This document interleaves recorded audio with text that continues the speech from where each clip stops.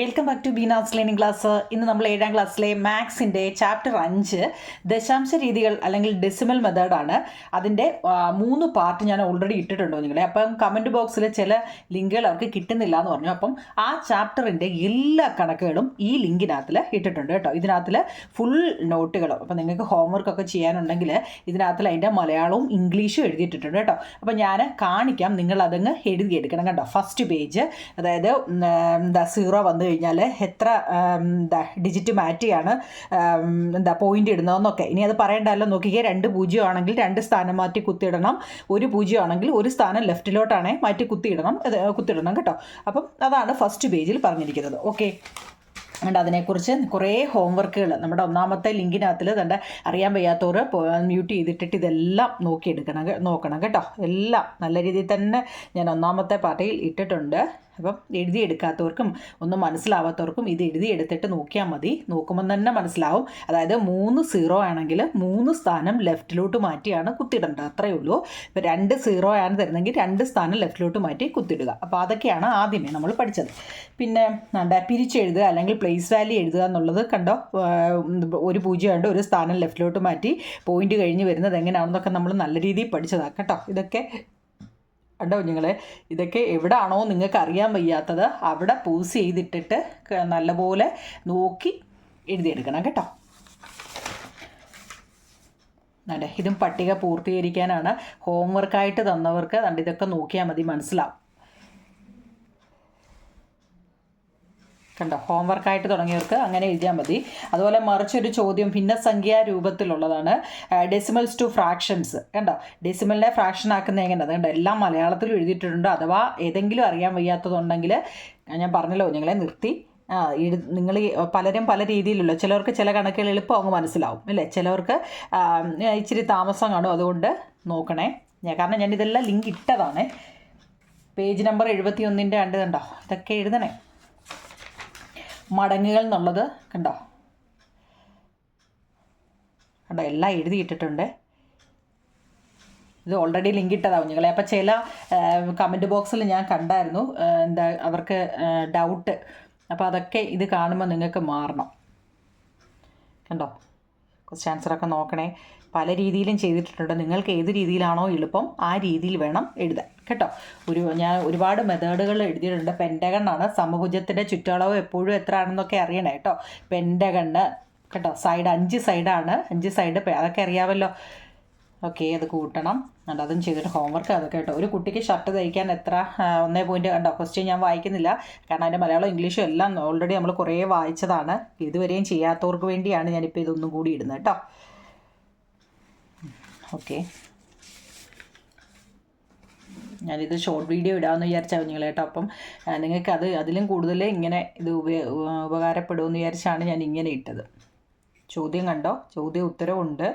ഏതാണോ നിങ്ങൾ എഴുതാത്തത്, ഇതുവരെ അറിയാൻ വയ്യാത്തതോ എഴുതാത്തതോ ആയ ക്വസ്റ്റ്യൻ ആൻസർ ഉണ്ടെങ്കിൽ അത് എഴുതാൻ വേണ്ടിയാണ്. ദശാംശ ഗുണനം അല്ലെങ്കിൽ ഡെസിമൽ മൾട്ടിപ്ലിക്കേഷൻ ഉണ്ടോ.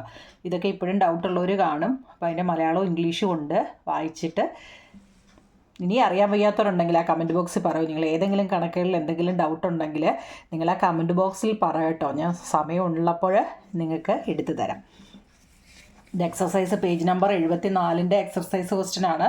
1 മില്ലി ലിറ്റർ വെളിച്ചെണ്ണയുടെ ഭാരമൊക്കെ കാണാൻ കേട്ടോ. മലയാളം ഇംഗ്ലീഷും ഉണ്ട്. എല്ലാം ചെയ്യുന്നത് എങ്ങനെയാണെന്നുകൊണ്ട്.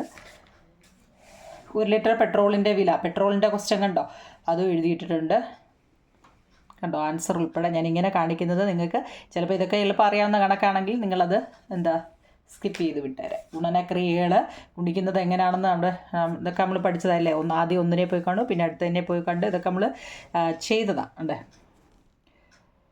കണ്ടോ. ഇതൊക്കെ എന്തെങ്കിലും ഡൗട്ട് ഉണ്ടെങ്കിൽ ആ ലിങ്ക് എടുത്ത് കണ്ടാലും മതി കേട്ടോ. ഇനി 76 പേജ് നമ്പർ 76 കണ്ടോ. ഇതൊക്കെ എക്സസൈസ് ക്വസ്റ്റ്യനാണ്. കണ്ടായിരുന്നോ കണ്ടോ ഞങ്ങൾ. ഓക്കെ,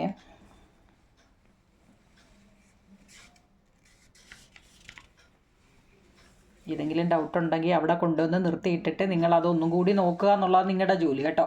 ഞാനിതൊന്നും കൂടി കാണിച്ച കാരണം നമ്മൾ അടുത്ത പാഠത്തിൻ്റെയും 2 ലിങ്ക് ഇട്ടായിരുന്നു. അതിൻ്റെ ബാക്കി ഞാൻ എടുക്കാൻ വന്നപ്പോഴാണ് ഇപ്പോൾ നിങ്ങൾക്ക് ആ ഡൗട്ട് ഉണ്ടെന്ന് പറഞ്ഞത് കൊണ്ടാണ് ഇതൊന്നും കൂടി ഇടുന്നത് കണ്ടോ. എല്ലാ ക്വസ്റ്റ്യനും നിങ്ങൾ ഇംഗ്ലീഷ് വായിക്കുമ്പോൾ ഈ ഡൗട്ട് വരുമ്പോൾ നിങ്ങൾ ആ മലയാളം എടുത്ത് വായിക്കണം കേട്ടോ. ഇപ്പോൾ ഇത് perimeter of equilateral triangle is 12.9 centimetre. Equilateral triangle എന്ന് വെച്ചാൽ സമഭുജ ത്രികോണത്തിൻ്റെ ചുറ്റളവ് വന്നിട്ടുണ്ടെങ്കിൽ ഓരോ വശം എത്രയാണെന്നൊക്കെയാണ്. അതിൻ്റെയൊക്കെ മലയാളം വായിച്ച് നോക്കുമ്പോൾ നിങ്ങൾക്ക് മനസ്സിലാവും കേട്ടോ. അതായത് ഈ പാഠത്തിനെ ബേസ് ചെയ്ത് എല്ലാ ക്വസ്റ്റ്യൻ ആൻസറും ഫുൾ നോട്ടും ഇതിനകത്തിലൂടെ എല്ലാ ക്വസ്റ്റ്യൻ ആൻസറും ടെസ്റ്റ് ചെയ്തിട്ടിരിക്കുന്നത് ഞാൻ 3-4 ചെയ്തിട്ടുള്ളൂ. കാരണം ഓൾറെഡി അത് ചെയ്തിട്ടുണ്ടല്ലോ, പിന്നെ നമ്മൾ വെറുതെ എന്തിനാ. അതുകൊണ്ട് അല്ലാതെ എക്സസൈസ് ക്വസ്റ്റ്യൻ ആളുകൾ ചെയ്തിട്ടില്ല കേട്ടോ. ടോട്ടൽ എമൗണ്ട് ഓഫ് പ്രൈസ് അത് മുമ്പിലത്തിൻ്റെ ബാക്കിയാണ്. 3 വായിക്കുക. ഞാനിങ്ങനെ സ്പീഡിൽ കാണിക്കുന്നത് എന്തിനാണ് കുഞ്ഞുങ്ങളെ, കാരണം ഇതിൻ്റെ ഓൾറെഡി ഞാൻ ലിങ്ക് ഇട്ടതാണ് കേട്ടോ. അപ്പോൾ നിങ്ങൾക്ക് ചില കുട്ടികൾക്ക് ചില കണക്കുകളിൽ ഡൗട്ട് ഉണ്ടെങ്കിലോ അതല്ലെങ്കിൽ എല്ലാ ലിങ്കുകളും ചിലവർക്ക് നോക്കുമ്പോൾ കിട്ടിയില്ല എന്നുണ്ടോ അങ്ങനെയുള്ളവർക്കോ ഒക്കെ എഴുതാൻ വേണ്ടിയാണ് ഞാനിത് ഒന്നും കൂടി തന്നത് കേട്ടോ. ഇതിനകത്തിൽ എല്ലാ നോട്ടും ഉണ്ട്. ആ ചാപ്റ്ററിനെ ബേസ് ചെയ്ത് എല്ലാ ക്വസ്റ്റ്യൻ ആൻസറുകളും ഉണ്ട്.